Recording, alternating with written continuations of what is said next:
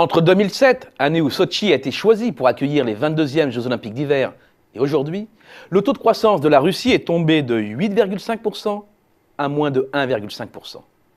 Il y a bien entendu, dans cette chute, l'impact de la conjoncture européenne. Premier partenaire commercial de la Russie, l'Union européenne absorbe 43% des produits russes, et la zone euro, à elle seule, 28%. De ce point de vue, une partie des déconvenus actuels ont été importés du continent européen. Mais plus profondément, ce coup de frein de la croissance renvoie au déséquilibre de la structure productive du pays, à son hyper-concentration sur quelques ressources rares, notamment le pétrole. Comme le montrent les évolutions annuelles du PIB et du cours du Brent, le lien est très fort entre la croissance du pays et le prix du brut. Or, son cours donne des signes de faiblesse. Une donnée fondamentale pour un pays rentier qui mise sur ses ressources naturelles. Les chiffres du commerce extérieur sont d'ailleurs édifiants. Le pétrole brut, 30%. Le gaz naturel, 17%. Les produits du raffinage, 14%, forment à eux trois 61% des exportations russes. Et l'exploitation de ces ressources naturelles se fait au détriment de l'industrie manufacturière. Déclassée, l'industrie russe occupe aujourd'hui une position marginale dans l'économie mondiale, excepté l'industrie de défense. Pour le reste, un rapide comparatif entre l'évolution de la production manufacturière chinoise et russe depuis 1992 parle de lui-même.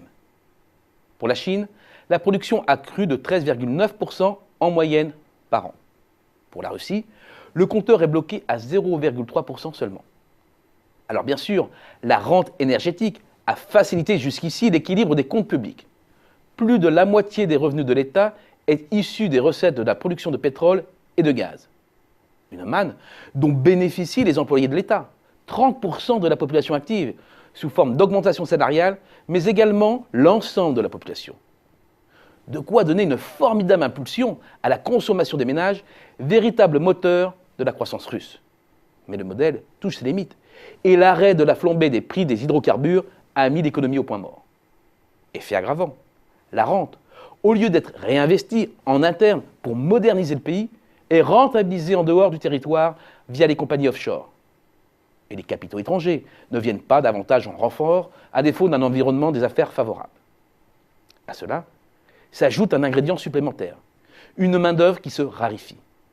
En écho à ces faiblesses, la prévision officielle de croissance sur les 30 prochaines années est passée de 4,3% par an à 2,5% entre le début et la fin 2013. De nouvelles prévisions qui s'accordent au potentiel de croissance estimé par le FMI, 2%, et proche de notre prévision pour cette année, fixée à 2,2%. Mais attention, il est rare qu'une décélération de ce type se produise sans à-coup.